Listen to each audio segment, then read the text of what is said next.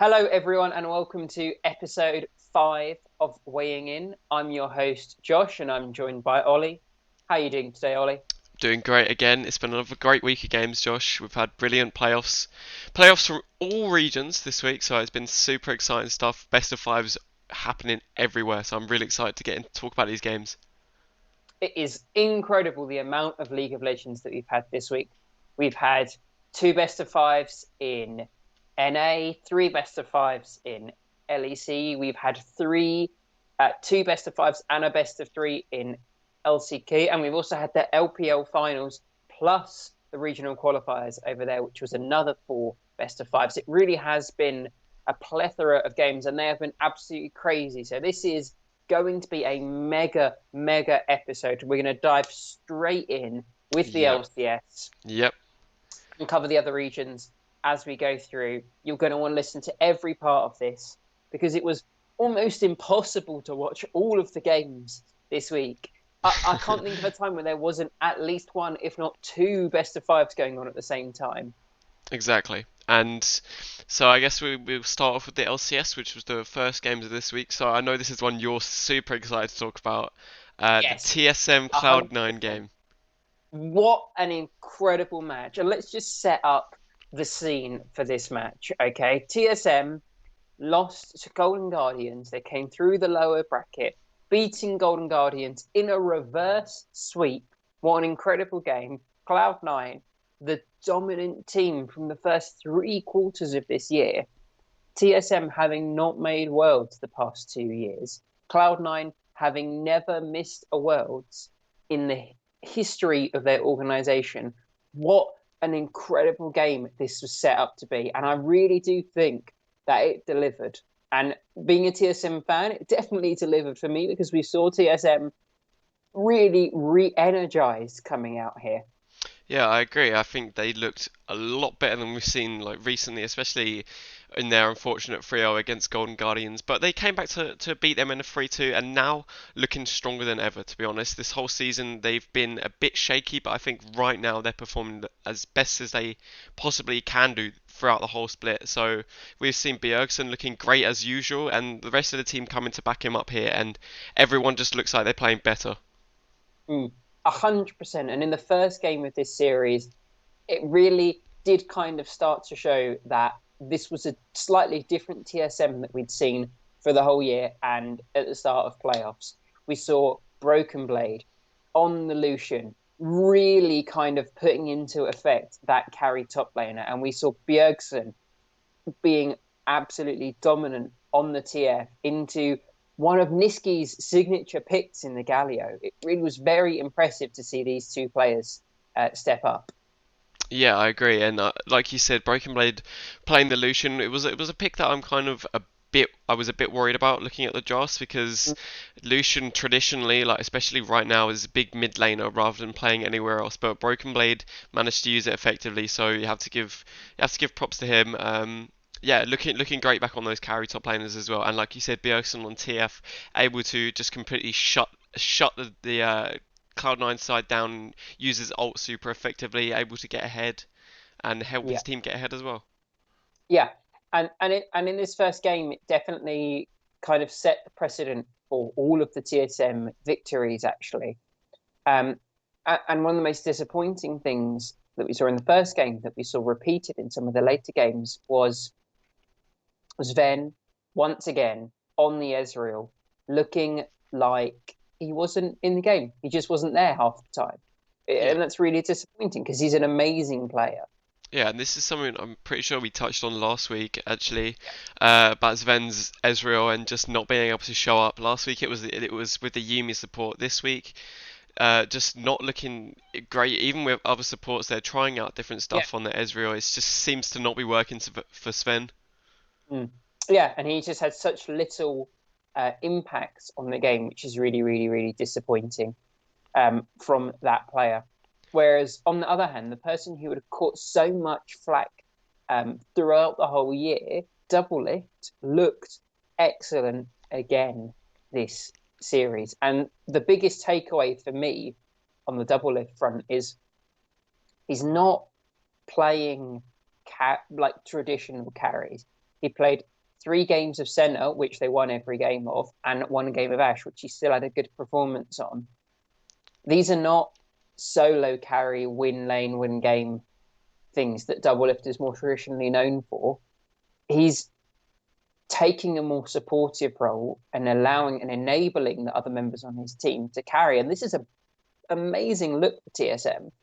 Yeah, I agree. And like you said, playing those more supportive ADCs, I think, is really, really good in the current meta as well. We've seen it a lot in the EU and in other teams in NA, like WildTale was usually sticking to those more supportive things for FlyQuest. That's why they've been doing so well recently. And translating it here over to the TSM side, Doublelift not looking for these flashy plays, not looking to be the carry of these teams, sitting back, playing those supportive roles, doing his bit is working extremely well for TSM. 100%. And it's very, very good to see. And I think that's very promising because it shows that at least the internals of this team are working really well. It's not just a Doublelift is on this team, you must play around bot, always give him pick priority, always be ganking for him. We've seen a slightly different type of Doublelift team, and someone who's really benefiting from that is Speaker, who I think has come from the start of the summer season having a terrible Kane game to open up the year against Team Liquid to the person that we see now, where they're allowing him to have a really strong Graves game in the first game, picking him Evelyn in an amazing situation in the third game, and allowing him his Evelyn counter pick, which was the Skarner. It just looks exceptional. This guy seems to be getting better every single best of 5 he plays. Yeah, and I thought that the Skarner counter pick was actually really, really smart. I hadn't like thought of Genius. that about something that they could pick Yeah. out here. I didn't even know Speaker would even want to be on that kind of champion. But yeah, like you said, he's more like used to playing the carry picks like the Canes, like you said. But even though he had that bad game on Kane, regardless, he still likes to pick these carry picks. But on Skarner, looking extremely good as well. And the big counter pick to the Evelyn's something which is super strong at the moment. So being able to have a counter pick for that champion is really, really good. Yeah. And that's good. That's also going to be great for them at Worlds as well. 100%. And he looked brilliant on the carries this time. And it's great to see TSM believing in this guy. They brought him back. They struggled with him in 2019. They bring him back now and they give him carry picks. Even though he's had some bad performances, he's the rookie of the team. He's the youngest player, and they still give him these picks. Is so, so, so encouraging. And like you say, the Skarner was a genius pick. I really think like you say, I hadn't thought about this, but I thought it was really, really clever. And we saw how that pick worked every time that Blabber was on the Evelyn, round the back, looking for a flank or an engage to pick off a carry. Speaker was there. And all he did was wait until he came out of the invisibility, stunned him, pressed R, and then they were able to kill him before Blabber could even ult most of the time. Exactly, and I don't know exactly what vision score he ended on, but especially that use of wards, the use of control wards to shut down the Evelyn as well, really, really good. And I think Yeah. especially the synergy between Speaker and Bjergsen looking a lot better this week again, Mm. much better than the synergy from what we've seen between Niski and Blabber. Them two being able to work well together and get an early lead for their team, because I believe that Speaker and Bjergsen are probably the two strong points, or the two big strong points for TSM at the moment, and those two being able to snowball their lead like really, really worked well, especially for their top and bottom lanes to be able to just snowball the lanes, get everyone else ahead rather than just themselves. 100%. These two look like an incredibly strong mid jungle duo. And as we've seen with the meta evolving, that's one of the most important parts of the map. But there doesn't seem to be a weak point on TSM at the moment. We've already talked about both Broken Blade and Doublelift having some really good performances. Broken Blade on carries with Doublelift on some more supportive picks, and I'm sure that they can switch around if they wanted with Broken Blade playing some more tanks. But we haven't even touched on Biofrost, who was absolutely outstanding in this series, getting his Rakan, which he's really well known for, every single game. The team having faith to pick that in their first three picks, regardless of which side they were on. And he looked great. And I think this is a really key part of the TSM success, because when it came to the team fights, having Biofrost on the Rakan allowed him the ability to say, we're going in now, everyone follow me. And that decisiveness is something that TSM has lacked in the past. Yeah, and like you say, that the Rakan for Bio looked really, really strong. Having Mm. those big engages where he can get those knockups, the big ults, the flash ults, etc., the flashy plays, but really effective plays, looking great for him. And like you say, I can imagine he's doing some shot calling. I haven't listened to any comms. I don't know if they've released any, but I can imagine he's the person saying, "Guys, we're going in here. I'm literally gonna flash ult in, and I'm just gonna knock them up, and they're all gonna fucking. We're just gonna just destroy this team fight. I'm going in, okay? We're going in." Like you said, that's something that TSM have lacked in the past, the decision making in those team fights and stuff. So it's great to see someone taking control. Yeah, it really is. And this looks like a really well-rounded team. And it wouldn't surprise me if they made it to finals this year. And it's going to be really interesting to see this team at Worlds, because they've shown a number of different styles that they're happy to play, that they believe that they can win with. And so we'll see how they match up in international competition. But before they get there, they will have to play in the losers final, where they'll be playing the loser of the FlyQuest Team Liquid game. And this was another incredible series. Went the full 5 games. FlyQuest were able to take it 3-2. What's your opinion on this series, Ollie? So this series for me was pretty crazy. I thought FlyQuest came out looking extremely strong, and Team Liquid understood that. I think they understood that FlyQuest have been on a roll recently. They've been playing super well. Their spirits are high. They've had a great performance all across the board, really. Not just your mid lane or Wild Hill, someone like that carrying the team. Everyone been playing well, but Team Liquid, they played pretty well. I think FlyQuest were able to pick up the first game, and then Team Liquid the second. Yeah, FlyQuest able to pick up the third game, and then going into game four. Unfortunately, FlyQuest was so close to finishing the series out 3-1 here and having an absolutely dominating series. they were But so far ahead. It really, really yeah, was a very one-sided game up till almost exactly the end.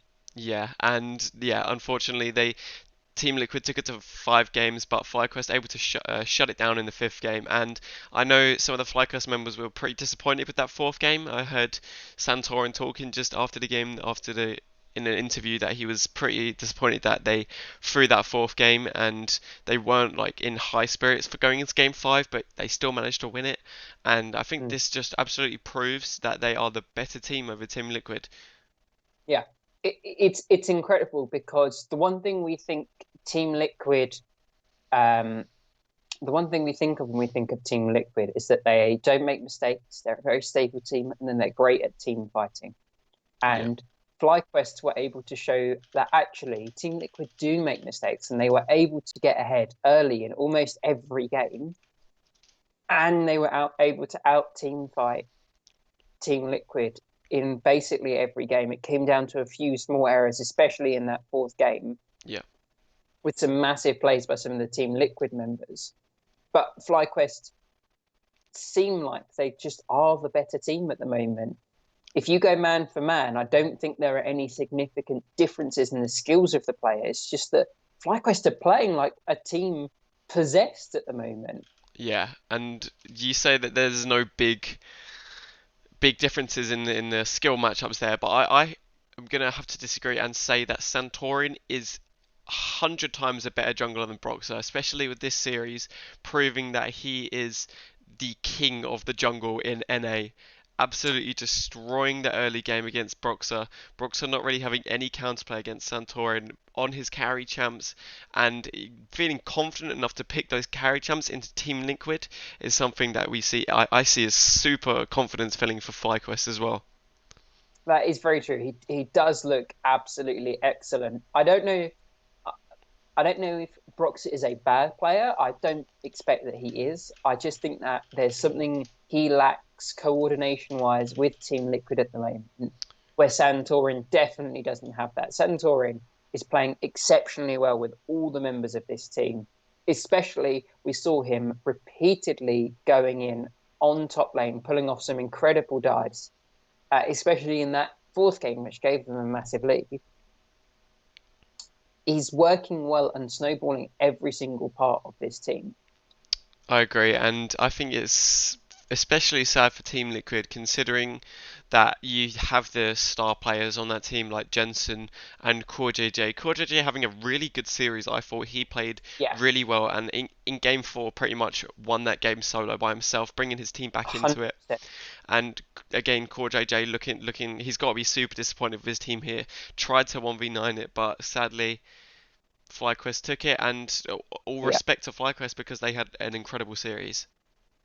And one of the big players for FlyQuest, I think we have to talk about, is Wild Turtle, because this guy was benched in the middle of summer. They brought him back towards the end, and he is on fire. And clearly, this team trusts him a lot. He was given Caitlyn twice, um, which he won both of his Caitlyn games. Looked absolutely phenomenal. He looked brilliant on the Ash, which they lost in game four.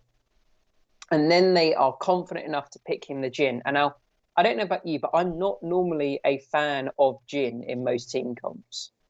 Well, I think it really depends who your support is when you're playing someone like Jin, and if you get an early lead, I think Jin can snowball really, really well if he gets that early, i.e. those early crit items. I Mm. think he can do really, really well, and I think he has a lot of team fight potential as well with his curtain call, etc.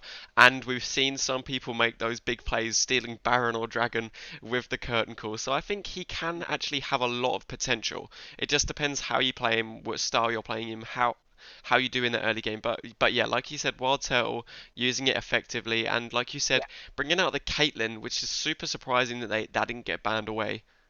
Yeah, I mean they were able to pick the Caitlyn on red side in Yeah, the first game with I think Team Lick. I can't remember if it was the Shen or the Akali they first picked, but with a lot of priority on their solo lane picks coming out from Team Liquid. And I think the Jin in the last game was an absolutely brilliant pick. Like I said, I'm normally not a fan of it, but um, they had a lot of damage in the rest of the team, trusting Santorin to be able to output a lot of damage on the Graves, giving PoE the Syndra, which he was absolutely able to dominate on, blowing up the carries from Team Liquid.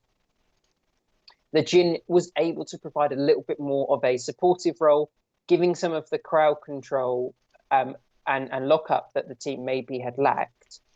It just seemed to work really well. All of the team comps from FlyQuest looked excellent, whereas you look over on Team Liquid, and I'm like, in the last game, why are you picking Volibear on yeah. red fourth pick into this team when you know he's never going to get in range of three ranged carries with a Mordekaiser as well, Yeah, and a Thresh to pull them? Like, it just doesn't make any sense to me. yeah. I think the R4 Renekton pick is like super weird. It's again super weird The decision Volibear stuff. making.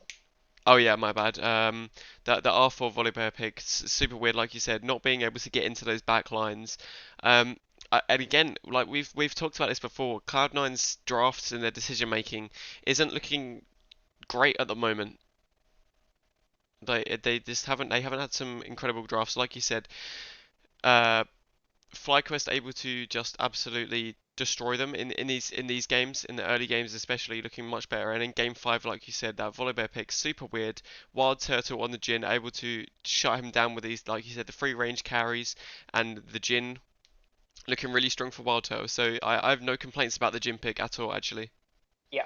And it's going to be excellent to see this team in finals, guaranteed either the first or second spot from North America at Worlds. And I think they really deserve it.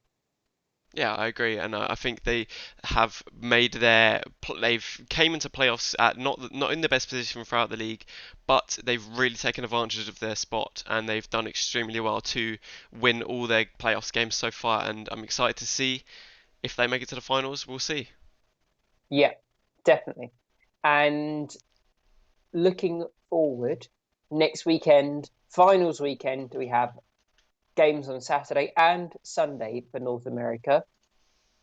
Saturday's game is the losers final. Team Liquid, TSM, both of these teams are guaranteed a spot at Worlds. The winner goes through to finals and can fight for either the first or second place. Yeah. What do you think is going to happen in this best of five between Team Liquid and TSM? Team Liquid versus TSM. This is going to be an exciting match, in my opinion. And for my prediction, I'm going to have to give it to TSM just because of the way that they've played recently, looking really, really strong as a whole unit, especially better than Team Liquid, I think. And yeah, I just think TSM will be able to edge it. I think it'll be a close series, a 3-1 or a 3-2, I think. But I think TSM will definitely be able to take it where you have the big games coming out from Bjergsen, Speaker, like we talked about. That duo is really, really good. And if Broken Blade can feel confident and play these carries again, I think he will be able to do really well as well. And the bot lane, if we see Doublelift continuing to play as he played in this previous best of five, not looking for those flashy plays, not looking to just dominate the series, not looking to be the carry, then I think TSM will be able to win this best of five. I have to agree with you 100%. Actually, I do think that TSM are more likely to come out on top. I think you made some really, really, really good points. I like the TSM lineup when you go and you look at the win conditions for both of these teams. Team Liquid's win condition is mainly around Jensen. They're looking for team fights where Jensen can be really strong and Tactical can have a good presence. And when you compare that to TSM's ways they can win, they've got Broken Blade up in the top lane, able to carry against Impact, who maybe hasn't shown as many of those carry picks. Speaker has shown that he's been an amazing carry, bringing out the Nidalee against a team like Golden Guardians, having having an Evelyn counter pick looks really, really promising for this team in the jungle matchup, especially where we've talked about some of Brox's struggles. And I think the mid lane is going to be really interesting. Who do you favour in that matchup?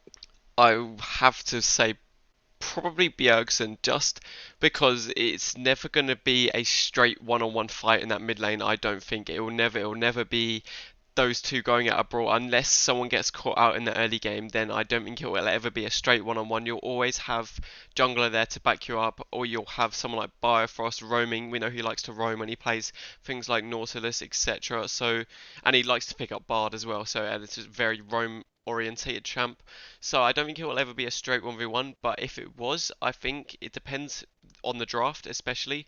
But I think if it's an even draft, probably Bjergsen I think has the wins that skill matchup in my opinion. Yeah, I agree. I think he's shown the prowess to be able to win lane on almost any pick at the moment, even with his Zillion, which is looking brilliant in the lane and excellent out of lane. That Agreed. would definitely be a highly contested pick, as we saw Jensen pick it up and win with it in game four of their FlyQuest series. And then in the bot lane, yes, Tactical looks exceptional. He was the reason that they were able to bring back that fourth game against FlyQuest. But the style that we've seen from Doublelift allows TSM to just go even in the bot lane and have a bigger impact in team fights. And I just think when you add all of those things up, we can kind of see the game plan from TSM emerging, and stylistically that fits quite well against what Team Liquid have been doing this year. Yeah, I agree. And as long as, like you said, Tactical looked so good in the last Vista 5 actually against FlyQuest. I think he was the key player for Team Liquid in this best of five. But Mm. yeah, as long as TSM don't get stomped in that bot lane by the power duo of Tactical and Core JJ, I think they'll at least be able to hold their own and wait for late game, wait for their carries to get ahead and get fed and carry the game pretty much. Yeah, I agree. And what was your game prediction? I know you went for TSM. Was it a 3-1 or a 3-2? I said 3-1 or 3-2. I think probably a 3-2 just because of the skill matchup is really close, and we'll probably see Tactical and Core JJ able to win like at least one or two games in this game, in this best of five. So, but it will be close no matter what happens and exciting. I think, although it will be close, it will be more one-sided than we expect. I think it will be similar to the TSM Cloud9 series, where um, TSM will be able to win 3 games pretty handily, and show their game plan, show their strength. I think Team Liquid will be good for one. When they get a really good draft, they can enable Jensen and Tactical really well. But I don't see that happening very often. And I think if TSM get a good draft, they will just win. I think they have so many different ways to be able to fight against this Team Liquid team. And so, assuming that TSM make it to the grand finals, which will be next Sunday, up against FlyQuest, how do you see that match playing out? This match, I think, again, is going to be a really close one. And like you said, if TSM manage to take this, I believe FlyQuest will probably take the win, just because I think they have been like probably the best team in NA at the moment. I think they have played so well, showing how well they can play against a team like Team Liquid, who is said to be the best team in NA, winning against them in a pretty convincing manner. Having some misplays here and there, but still coming out on top in that best of five. Against TSM, I think they can probably do the same. Although I think it will probably be a close series, not as close as we would imagine. I'd say a 3-1 to FlyQuest, in my opinion. I have to agree. I think FlyQuest are on such a roll right now that it's going to be very hard for any team to stop them. They seem to be looking better every single series that they play. And I think they stylistically match up very well to both Team Liquid and TSM. And so I have to see them winning the summer split finals, which would be an amazing thing because this team has performed incredibly and definitely deserves it. And shows that a team can definitely be more than the sum of their parts. Agreed. And yeah, like you said, they work so well together that any team that tries to stop them is going to have a really, really tough time, like we've seen in the playoffs. And they're looking really good in best of fives. Maybe they're not the best team at these best of ones skirmishes, but in the long run, best of fives, FlyQuest looking really, really strong. It's going to be hard for either Team Liquid or TSM to stop them. 100%. And we will see both of those matches. The TSM Team Liquid one on Saturday, followed one day after by FlyQuest against the winner of that series. So it'll be very interesting to see which teams come out ahead.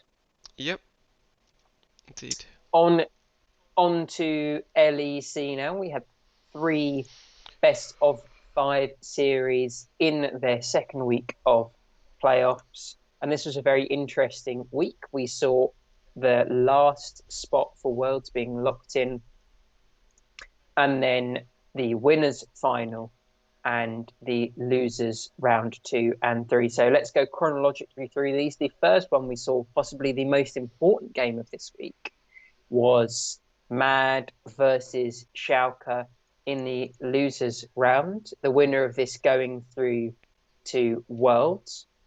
And although the Schalke hype train definitely had been moving in full force up to this point, it wasn't able to move past the roadblock of the Mad Lions. No, unfortunately, although Schalke won game one, looked really, really strong on it actually. Looked So convincing, yeah. in game one, able to come out and just dominate that first game against Mad Lions. I was so happy after game one. I was like, Schalke are going to do it. They're going to Worlds this year. But then Mad Lions just put their foot down and said, no, we are not. Shadow stepping up massively, and you could tell Massively. Mad Lions really wanted this spot at Worlds, and they earned it with a 3-1 win here. Schalke only managing to pick up game one. After that, Mad Lions looked really, really, really strong. Shadow looking great, crazy, like I said, for the rest of the series, managing to pick up his Lee Sin in game two, and everywhere just played well for Mad Lions. Kaiser in the bot lane looked really strong, and I know I'm not sure if he got their player of the game for this series, but for me, Kaiser played so well. I think I would have to give it to him 9 times out of 10. Yeah. Kaiser looked brilliant. And this is what we want to see from this team. I think that they've been trying lots of different things, but like if we compare this to the G2 series, we saw Kaiser on Taric, Shen, Lulu, and Thresh, which aren't the champions we necessarily associate with him. Whereas this best of five, he played 3 games of Nautilus and he played a game of Leona and he looked brilliant on them. I think the team has realized that they need to put this guy on their engage picks. Yeah. He is the go button for this team, and his decision making was absolutely excellent. I agree. I think he was able to set up his team really nicely, especially on the Nautilus, which is something that we've been seeing a lot recently from all teams. Nautilus looking really, really strong, having those big engages with the Dreadline, etc. His ult looking super strong. Like, yeah, Nautilus and especially Kaiser playing him really, really well. Like you said, having that go button for the team. Another thing which is really, really key, that person who can just make decisions and say, I'm going in, guys. I've caught someone off here, and this is same we've been seeing in loads of places. Like we talked about the TSM game where Biofrost has that kind of engage as well. It's really Yeah. important for teams to have someone who is shot calling and able to make decisions really quickly and the right decisions as well. Yeah, and we already spoke about how incredible Shadow was. He was the MVP for this series. He had two absolutely massive Lilia games, which it kind of looked to me like Schalke weren't quite ready for. He was able to absolutely manhandle Gilius, going 6-1 and 10 in game three, and then going 8-1 and 9 in game four against Gilius on the Lee Sin both times, who struggled in those games. Yeah, It really, sorry, and I was just gonna say, I think Lilia right now is really really strong, and like you said, I don't think a lot of teams have a big counterplay to Lilia, so it's for me it's either a pick or ban champ in these playoffs. But yeah, I think yeah she's just really strong. Like you said, Shadow playing I think it was 2 games on the Lilia. Um, yeah, yeah, able to just pretty much dominate in the jungle against Gilius, which is probably one of the biggest strong points for Schalke. So unfortunate to see him not performing to his best. hmm and we also saw two pretty humongous games by Humanoid on the Akali. Such an incredibly strong pick at the moment. Being able to flex that at the moment is a really, really, really strong opportunity. And he was able to gain backline access every single time against Abadage on the Oriana. He was really struggling against the Sakali. Yeah, and I think an Akali pick into something like your Orianna, someone who doesn't have huge movement speed, is quite squishy in early game. Well, before they get their Seraphs, etc., quite squishy in early game. So something like the Akali is really, really good to shut it down early and not have it snowball. Because if Ori reaches late game and is quite fed, that's one shots onto your people who don't have big MR. That's one shot with the shockwave, 100%, like all the time. Big Orianna damage. So it was great for Humanoid to come out big on the Akali and shut that down before Abadagi was able to come online, pretty much. Yeah, 100%. And it's sad to see Schalke go. It's been It such an is. amazing run for them, going from 1 and 8 halfway through the summer split to being one best of five away from Worlds. But we do say goodbye to them now. And we'll talk about Mad Lions next game in just a moment. But before that, we have to talk about the winners' final for the LEC. It was Fnatic G2, both the Giants back again. It's like nothing has changed Nope. this It's year at always all. been It's exactly it's the always same been Fnatic as it G2. always has been, apart from Origin, who we don't talk about anymore. Um, and to put this in context, the last time Fnatic beat G2 in a best of five was 874 days ago. Mm. It was 2017, I think. Yeah, I think it was. Um, And they haven't won and a game against them all year as well, even just one game. it's been 10 games in a row that G2 beat Fnatic. Yep.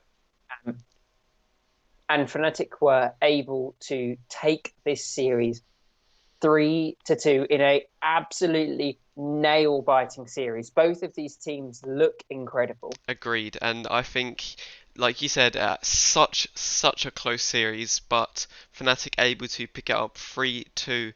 And yeah, I think that it was really about the teams here and the drafts, etc. Because I think that Caps was, I mean, still I would give him the best mid laner in EU without a doubt, playing to his best in this series.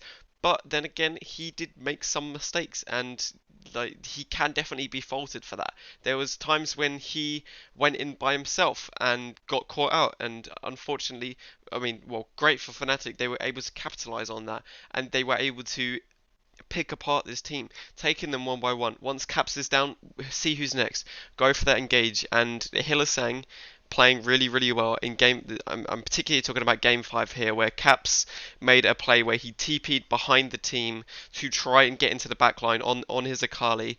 Unfortunately, I think he managed to kill Reckless, but got shut down by the team, and then Fnatic were able to just run it down with Selfmade playing really, really well on the Hecarim again on these big carry champs.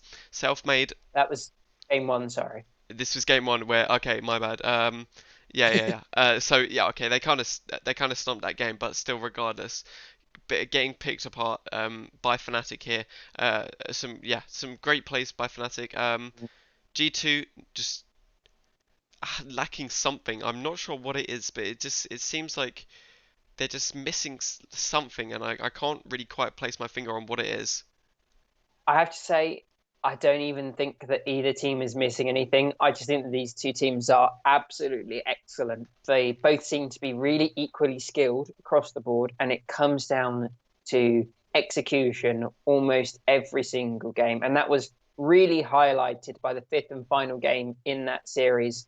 It was so close, Yeah. and it literally could have gone either way. It came down to a base race at the end Yep. with um, Caps on the LeBlanc trying to one man backdoor because up to this point, neither team had Nexus turrets. Yeah. And he was running in, and we saw Nemesis with the absolutely brilliant Lucian mid plays coming out and able to pick him off and allowing the rest of his team to close out the game. Yeah, and I think this was really, really, really smart by Nemesis, where he managed to pick off LeBlanc when she went for that backdoor, because I don't know if you noticed, but literally 1 minute before that, he backed.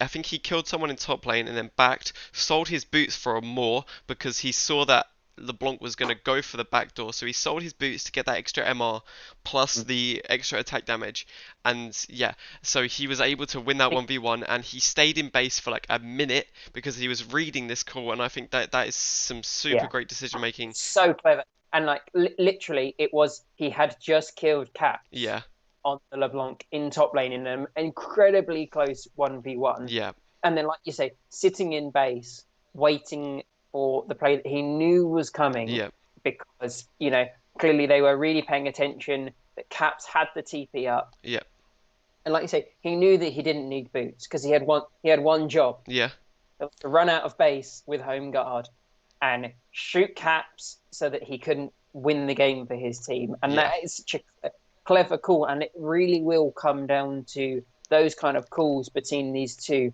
giants of the LEC. Yeah, and one thing that fills me with just absolute promise and joy for the Fnatic team is that these plays are being made. Their decision making and I mean, I haven't heard any of the comms, but their comms towards the start of the season were very all over the place, and they have been for a long time. Their decision making and their comms have been a bit shaky, but this seems like a much better put together team, and they look like they know what they're doing. On paper, these teams are pretty even, I would say. Although I would say G2 on paper have the edge, especially with Caps against Nemesis mid lane. Nemesis not having a great season, but then again, the decision making, winning it for Fnatic in my opinion. Yeah, 100%. And it's very interesting to see how both Nemesis and Caps will match up when they play again next, if they do, because, like you say, we think of Caps as the stronger player, but Nemesis was able to win the series for his team, and it might be that the better mid laner doesn't always win the game simply because the team structure and the way they play the game. Agreed. And I think one player who was also quite standout for me from Fnatic was, I mean, they all played really, really well. Everyone played well. I think Selfmade played really, really well on the carry champs and the tank champs. Yeah. Hillisang played really well. on his Nautilus. These picks that we've seen him, he likes to play on. He didn't get caught out as much this series, which I really No, liked. He played a lot more significantly defensively. less inting. Same with Bwipo as well. Bwipo on Rengar in game one looked really strong. Something which Very unique. Yeah. is kind of odd, but yeah, like you say, it's a unique pick. But he managed to pull it out the bag. But Reckless, in my opinion, who was I was going to talk about here, played really well. Managed to get his Ashe, and there was a play in top lane where Fnatic went for the dive. Someone TP'd in. Fnatic, Reckless hit a perfectly timed Ashe arrow onto the TP in. As soon as that TP came, he fired his ult, and as soon as they came, they were stunned, and it was just perfect play from him, playing perfectly. And we know Fnatic have the playoff buff, so what can go wrong for them here? Really, they just played really well Yeah. as a team, and I think they came out as the better team here in this best of five. 100%. It would be very interesting to see how they fare in the grand finals, which will be next weekend. Yeah, next The Sunday. other best of five, the other best of five that happened this weekend was the losers at round three. So Rogue were waiting in there for the winner of Mad Lions Schalke.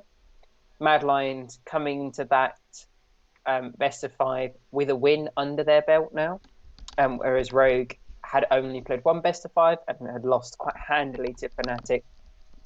And this series really surprised me, actually. Talk to me about your thoughts, Ollie. Well, I didn't actually get to watch this game, so I don't know too much about it. But from what I've watched from the highlights, it seemed like Rogue, yeah, it surprised me as well after the kind of getting stomped by Fnatic in the 3-0 last week. It looked super like a completely different team here. And I know they've been talking a lot behind the scenes about how they can change up. And I know there's a lot of hype around Rogue if they can come back, beat G2 in the next week, and if they can beat whoever, if they can beat Fnatic in the final as well. But I have no Mm. idea. Yeah, I don't really know about this game too much. So, did you watch it? I Uh, don't so really know. so yeah, I caught some of this game, and it was very convincing, I would say, by Rogue. Inspired was the standout player for this team. He really was. The first game was dominating on his Evelyn, something that he hasn't played at all this time. And as we've seen it come out more and more and more, he's clearly picking that up.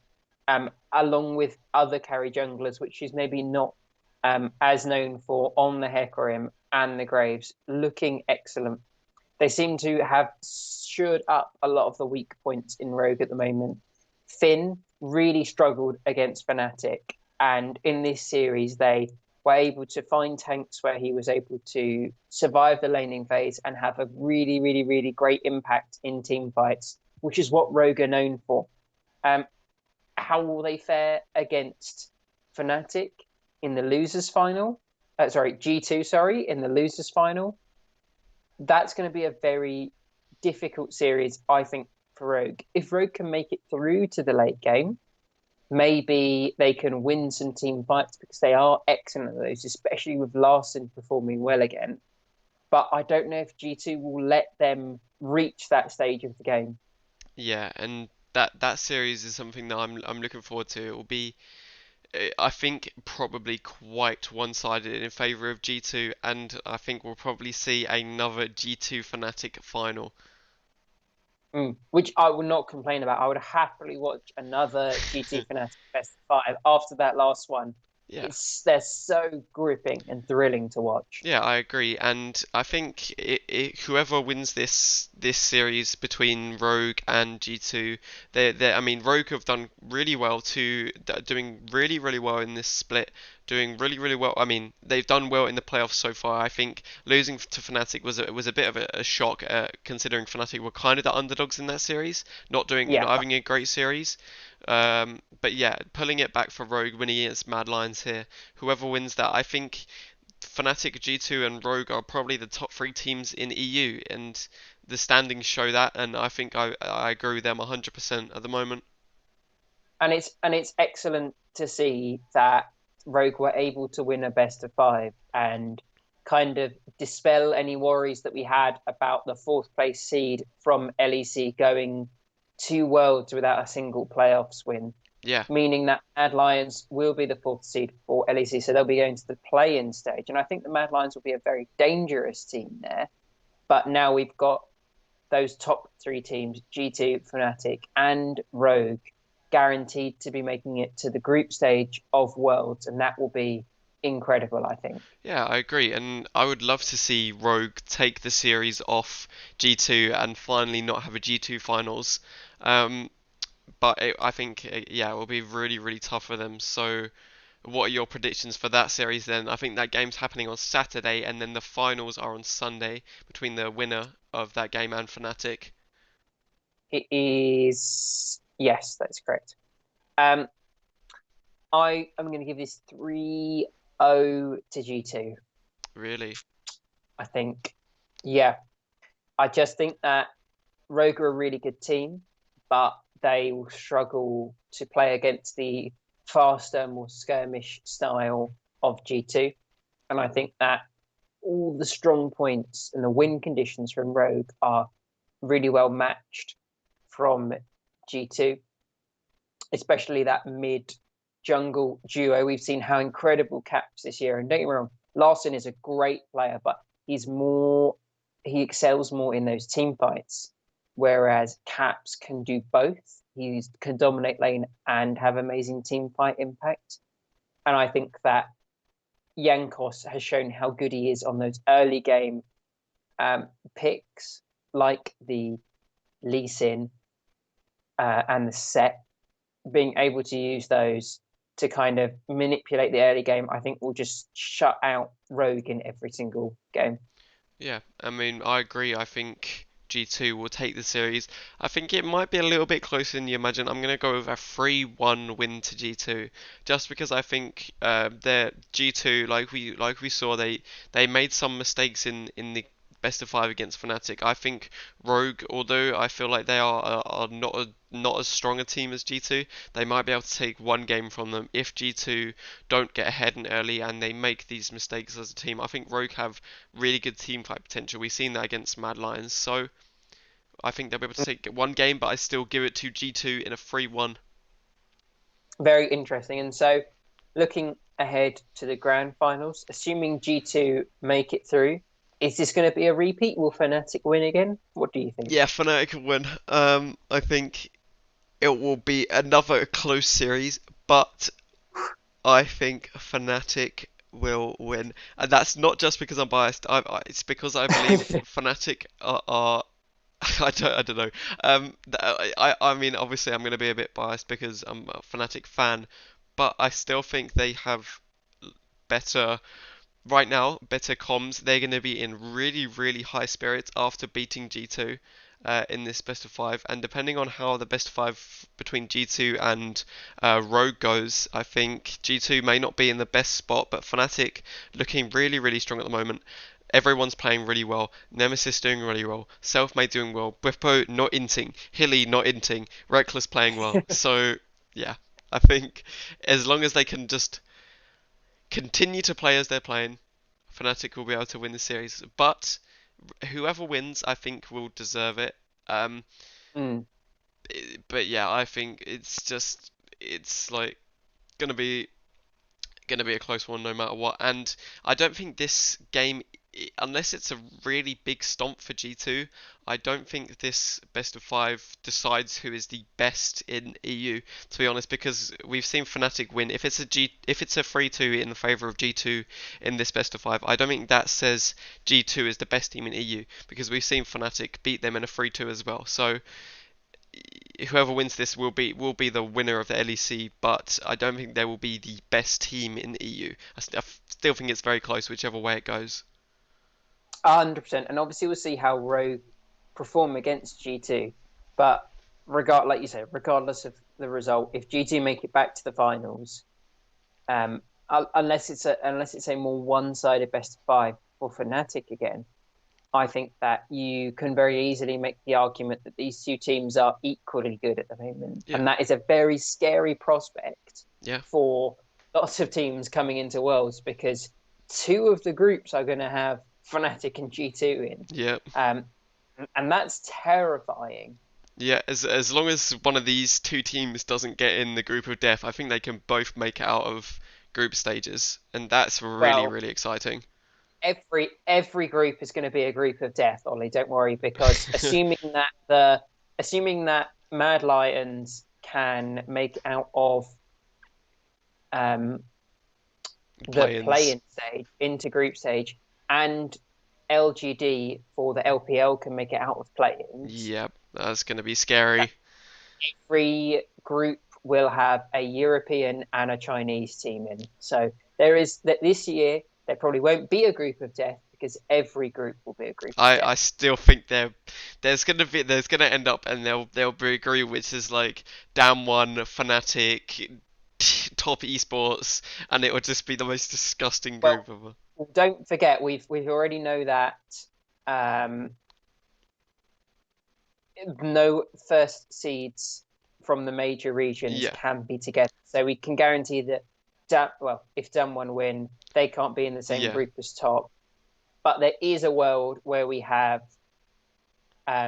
top esports who are the first seed for LPL with, let's say, G2 if yeah. they lose to Fnatic and DRX if they lose to Damwon. That will be the And group that's of death. terrifying.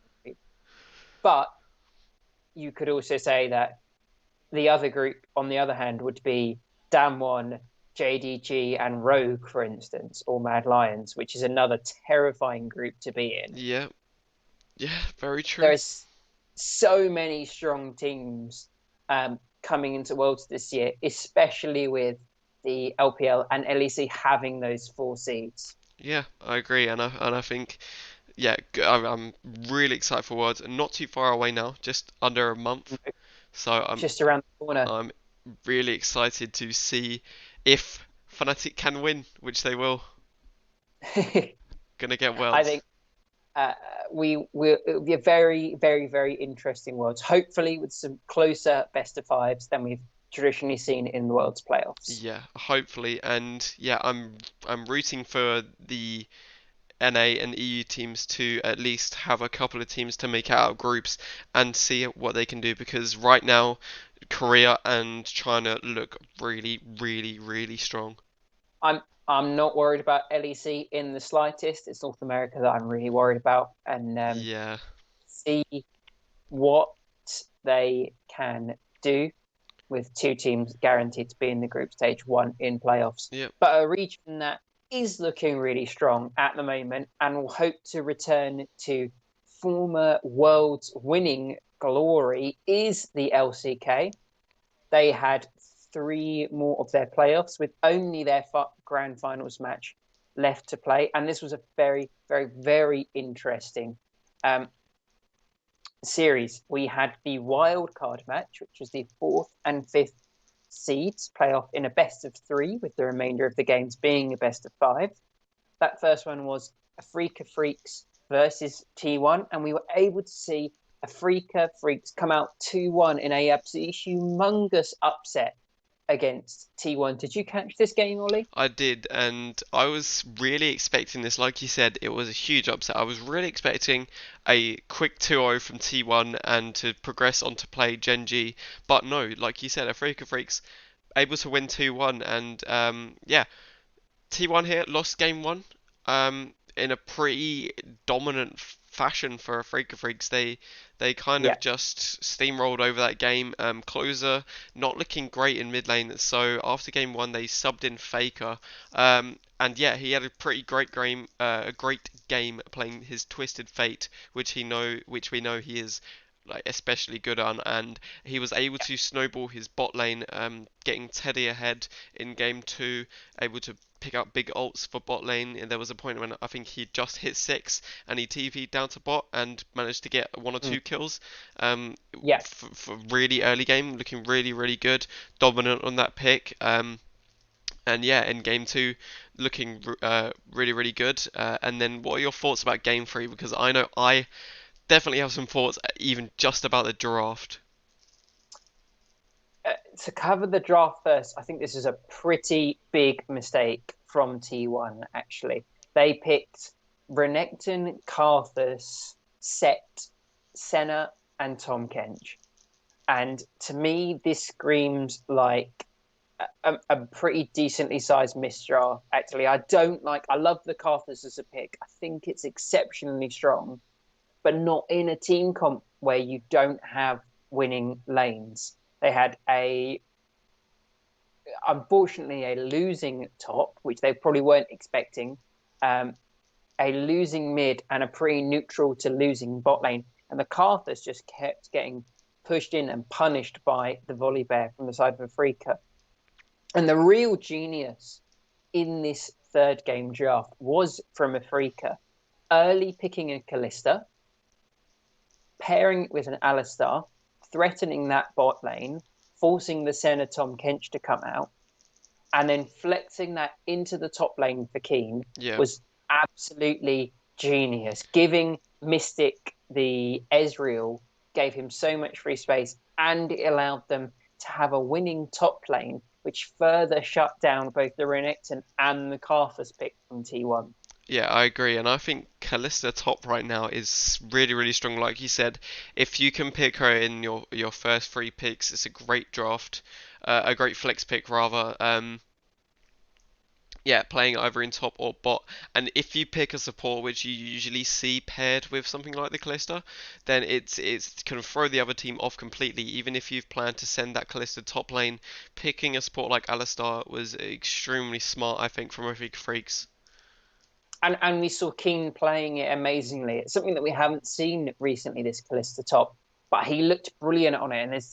There's so many times where he is saving the volley bear over and over again. There's one time where he flashes to pull the volley bear back in with the ultimate. It Yeah. just looked brilliant, and it's clear that this is something they practice, which is really really encouraging. And it shows some weakness from T1 not being able to adapt to things throughout the draft, kind of going in with a game plan and really sticking to it.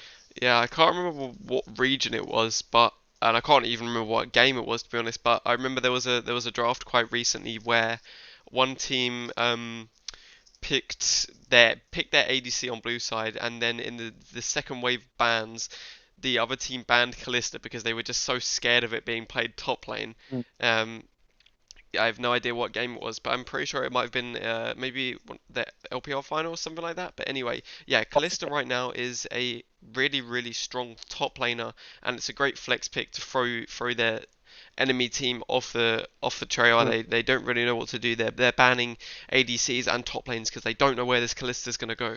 So it's a Yeah. great flex pick in my opinion. And it's really disappointing to see T1 lose out here. This means that they will be going to the Gauntlet, the regional qualifier, and we'll see how they do there. We can't quite confirm what seed they will have in the regional qualifier yet, with the grand finals for the summer split still to play. But great things from Afrika. However, they weren't able to continue this, and they ran into the brick wall, which is Gen G at the moment. Yes, and this series looked like a complete stomp for Genji. Um, able to just absolutely destroy a Freak Freaks, pick apart their team with some really aggressive plays. I thought coming into this they may have been a bit more defensive, but they were the classic Genji we've seen all split and looking really aggressive. And like you said, the brick wall, which is Genji, Yeah. absolutely dominating this series in a 3-0. Hmm. And it's so this was a really fast Yeah, series as well. it was It's that 25 dominant. minutes game one, I think, or something like that. But both the first two games were 24 minutes and the last one was 30 minutes. Yeah, It was fast. If you blinked, you would have missed this series, genuinely. And like you say, they looked really aggressive. Ruler coming out in the AD carry position, picking up the Kaiser in the first game, something which we don't see very commonly anymore, but having a dominant performance on it, what we expect from this player. And he was able to continue that in his Ash in game two and his Callista, like we've already spoken about, in game three. yeah, agreed. And I think something like the Kaiser for Ruler worked really, really well. And I think Kaiser is quite a strong pick, especially in a draft similar to this, where you have where you can pick that Kaiser and you're reliant on your team to keep you safe, and you're able to jump into the mid line where you have your team to back you up as soon as you can ult in if you hit that W. and burst someone really, really effectively. And the I, Manamune again working really, really well on a champ like Kaiser, still really strong in this meta. I think it was a really clever AD carry pick to pick with a dive comp because they had a Renekton, Volibear, and the Akali. Yep, All of those guys going in, you know that it's going to be a really messy fight, lots of skirmishes. Picking the Kaiser was really clever to support those because there's a number of hard CC options which allow the Kaiser to go in, get a great position, and really kind of blow up some of the members from the Afrika Free side. agreed. And that's what Kaiser does so well is getting into those and bursting those tanks, etc., and Mm, shutting them down. It's something like pretty much like a Vayne, but much better in my opinion. And yeah, the Kaiser looking really strong with the Manamune, etc. The great build I think is still really really prevalent in the meta and works really really well, and they proved that. yeah, 100%. And it was great to see a really strong performance from Gen G. They progressed onto the semi-finals Yes, against Dragon X, and this was an unfortunate best of five. I don't know if you caught this one. I caught about half of it I think. Well, it's not surprising that you only caught half of Uh it because yes, I remember after what the happened. third after the third game, there were some issues with the network that the LCK uses to play the official tournament matches, meaning that the games 4 and games 5 were delayed by about 3 or 4 hours, and those two remaining games were played on the live servers, which are on patch 10.17 as compared to patch 10.16, which the first three games in the rest of the playoffs are being played on. Yeah, and yeah, I remember this. I'm pretty sure I caught the first half, and then I wasn't able to catch anything past game three. So yeah, Yeah. yeah, it's super super annoying actually because I think Hmm. that kind of a pause like that big, where you said it was 3 or 4 hours, can really annoy and frustrate teams, and Yeah. that could have played I into the final score of this game. I think it really disrupted Gen G because we saw Dragon X come out in the first game and win that. But Gen G ran back the second and third games with, I think, was some great drafts, some great play, especially from Life on the two very different types of support, picking up the set support in the second game and the Karma support in the third game. Looked exceptional, and they'd just started to pick up momentum. They were on match point, and you get a 3 or 4 hour pause, and that must be heartbreaking because Dragon X came back and won both game 4 and game 5 to finish up the series 3-2 after a long pause, maybe giving them time to reset, think about how they could come back and win this best of 5. So it's really unfortunate for Gen G, but Dragon X definitely a deserving winner. I don't want to take the win away from them. Definitely a deserving winner because they are an exceptional team. No, and like you said, a pause like that can really frustrate a team which is ahead, like Gen G were in this series. And I think it's probably a bit of a relief for Dragonix, where they have time to think about what they want to play next, how they can come back into this series, and clearly they did it really well and were able to take those final two games, 4 and 5, and win the series 3-2. So yeah, like you said, props to DRX. A bit unfortunate for Gen G with that whole scenario, but it's something that they have to deal with, and you can't take it away from them. They did really well winning throw against Afrika Freaks and going toe to toe with the the what I would say probably the first or second best team in the LCK. So you cannot take Yeah, anything away from either of these teams here. A well deserved series for Dragon X, but very well played from uh Gen G from as well.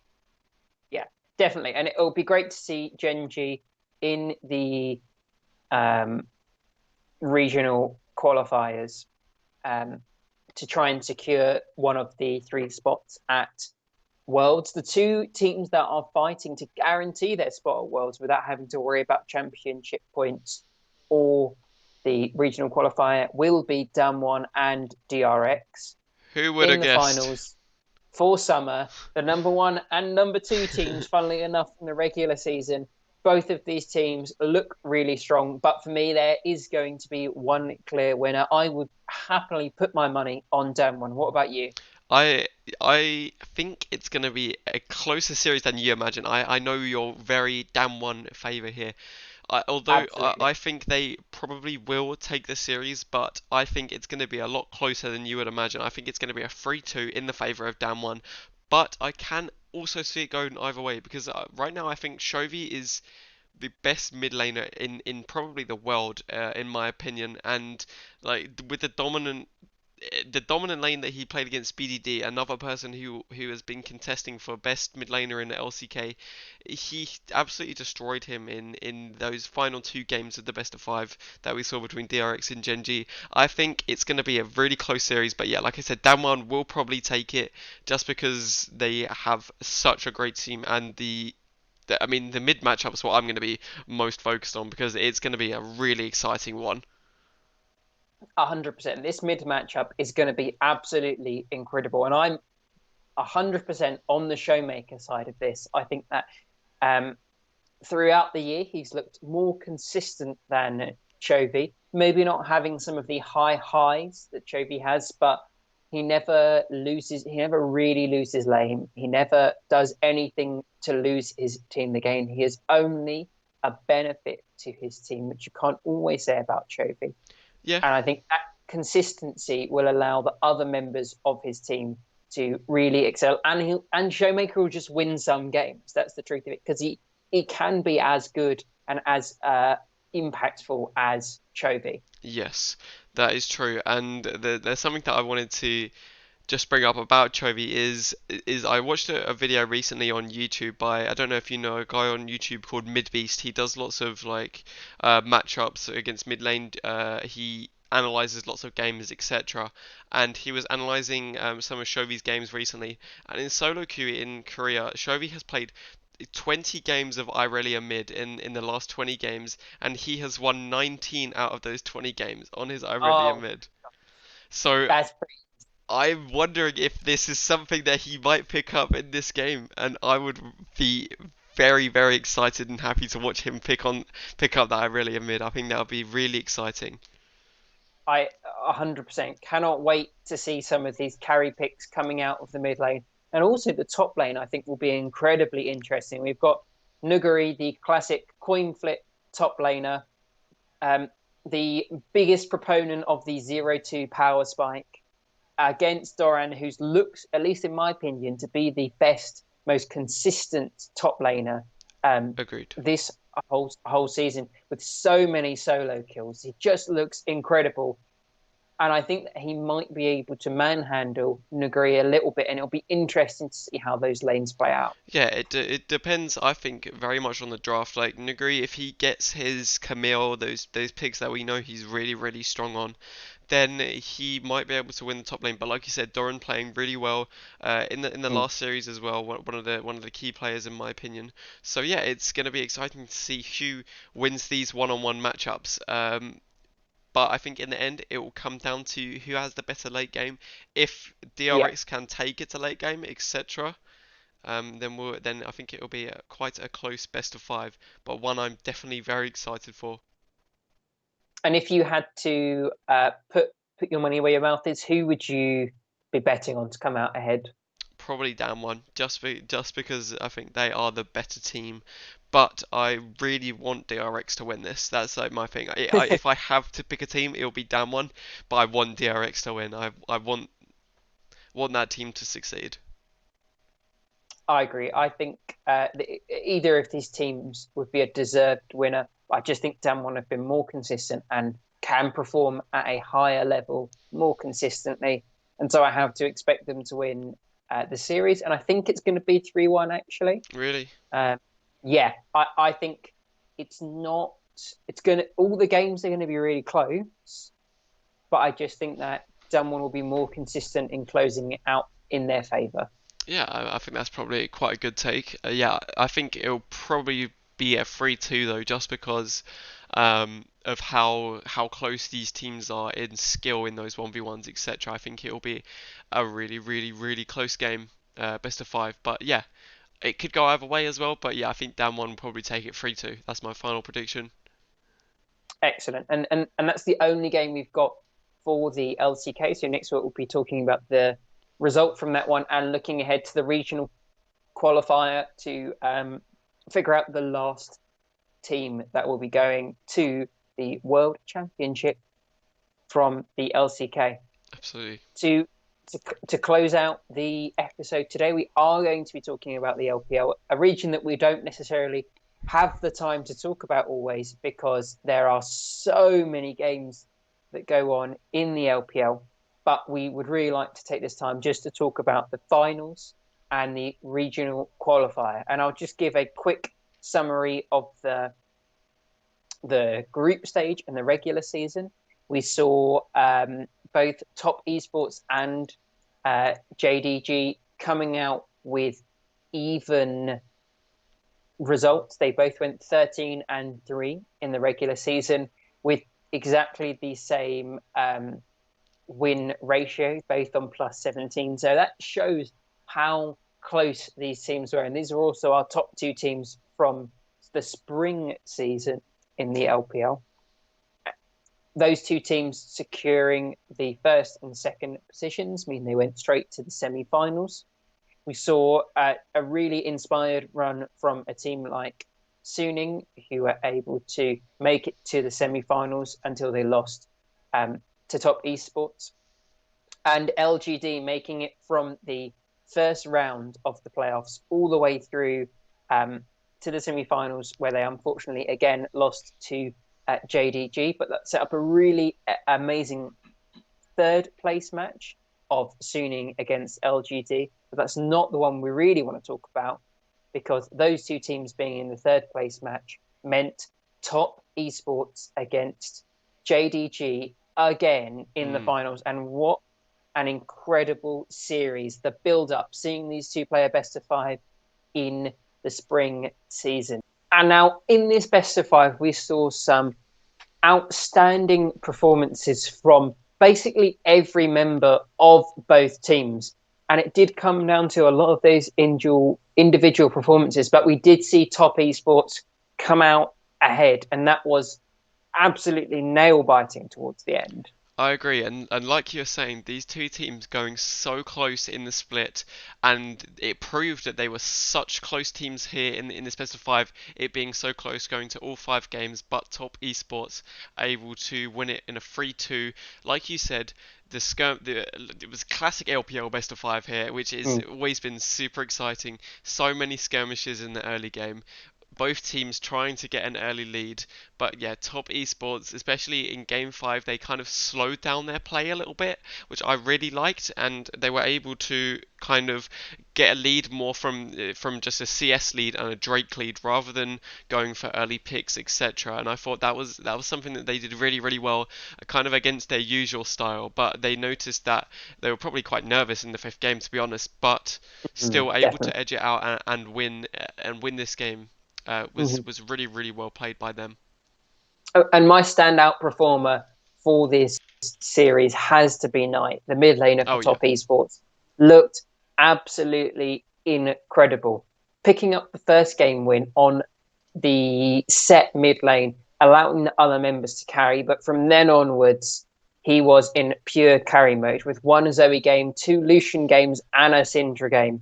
And it was really that Syndra game in the 5th game that absolutely sealed him as the MVP for this series for me.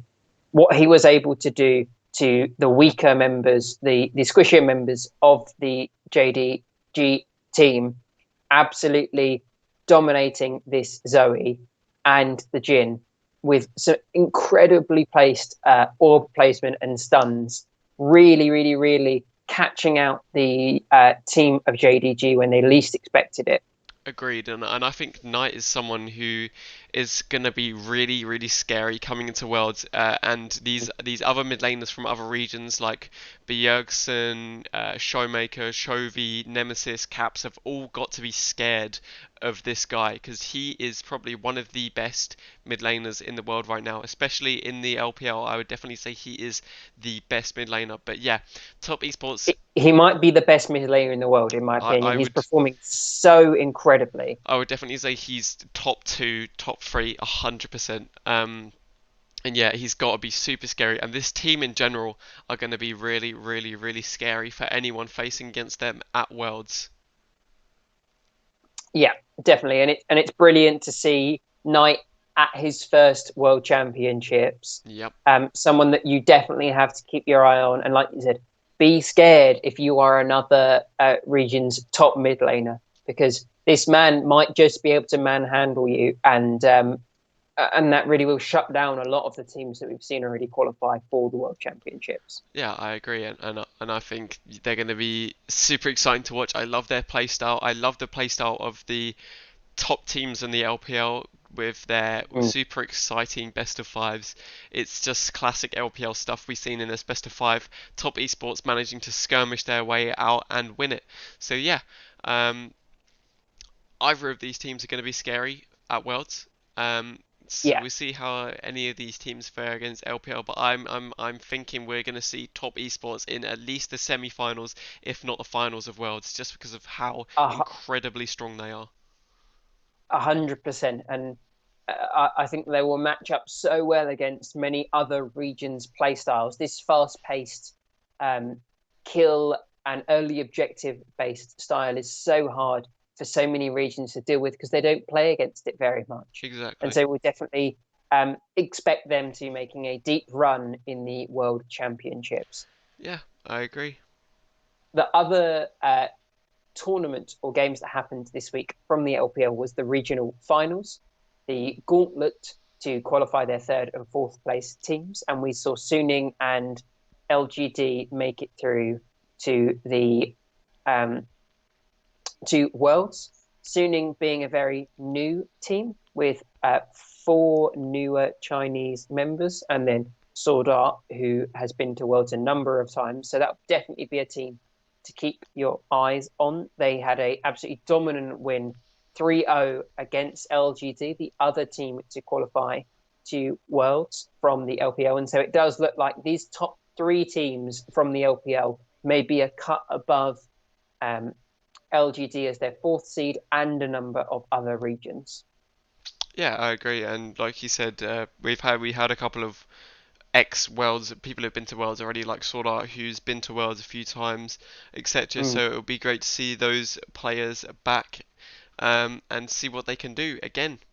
yeah, definitely. And it'll be strange not to see a team like IG making it through. No, Yeah, no rookie, no shy at this year's World Championships. FPX were knocked out in this tournament as well, which means that the defending world champion won't be going to Worlds this year. So we're guaranteed to see a new world champion. It really is going to be setting up to be a very interesting Worlds, and I absolutely cannot wait for that. yeah, neither. And yeah, like you said, FPX not making it, big upset, not being able to defend their title, winning it last year. But yeah, that's got to be super disappointing for Fun Plus Phoenix fans. But Yeah. at least other teams have a chance this year to go for that final spot. Yes. Not another LPL versus LPL final, thank God. Well, we will definitely see. I think that the fact that a team like FBX, who won last year, couldn't even make it to Worlds from the LPL this year, might speak to just the strength of the LPL. But we'll see them in True. only a few more weeks' time at the play-in stage, where LGD will be playing Yep. against the wildcard regions and the bottom place team from the other regions. And then looking forward to Worlds as well. It will be Yeah. absolutely excellent. And I believe now Worlds is all being held in Shanghai, even from group stages, because I think they were Yeah, planning on having it in a few different arenas in China, but now they're sticking to Shanghai because of obviously the coronavirus situation. So yeah. sensible stuff. But the arena looks really good. I think it's got like a 30,000 capacity, Mm. which is it's gonna be a great Worlds this year, I think. Yeah, I absolutely cannot wait for Worlds. I cannot wait for next week's games either. We have so many regional finals. We're going to have the LCS semi-finals, the LEC semi-finals, the LCK semi-finals. Yep, So many amazing games. So please all come back next week for another episode where we'll be covering all of those games and looking ahead to each region's regional qualifiers and looking towards Worlds. indeed. Have you got anything else to add for this episode, Ollie? I don't think so. Oh, there is one thing. I don't know if you've seen this, but new champ got leaked. I don't know if you saw that, Yes. but Yes, should I we saw, and briefly they've touch released on the that? video. They've released the teaser video, whatever for it as well. Yeah, so it looks like Yasuo, but Katarina, but an ADC. It looks very interesting. So, to my understanding, this is a marksman champion Yeah. that will have ranged abilities most of the time, Mm. but can go to a melee auto attack Yeah. once you're within melee distance to deal more damage. So it'd be very interesting to see um, if this champion is picked up in solo queue. But it won't be at the World Championships, unfortunately. So it looks like we're going to have two new champions that will be in solo queue that are not going to be at the World Championship. And I can't remember a time where that's happened before. Neither do I. It seems like right now are releasing a lot of champions, and Mm. I guess there's obviously always balancing issues when these new champs come out, so it's kind of risky to have them at the big events. So I guess they're kind of just being like, yeah, no, we're not letting these champs through because of the balancing issues that always arise when new champs are first released. But at least we will see Lilia, who is a champion I'm really excited about, and it's been looking 100%. really, really strong across all regions at the moment. So Yep. yeah, And apart from that, I think that closes out the episode for today. yeah, I think so. Thank you, everyone, for listening. Please follow us on our Twitter links. They are in the video description and just below us. Reminder that you can watch this podcast on YouTube, the YouTube channel being just my name, Josh Weight. You can also listen to this on Spotify, Apple Podcasts, iTunes, wherever you listen to your podcasts, we are available there. And we'll be back next week to look at all of the finals games, which will be Indeed. brilliant. So thank you everyone for joining us. Thanks very much for watching and listening.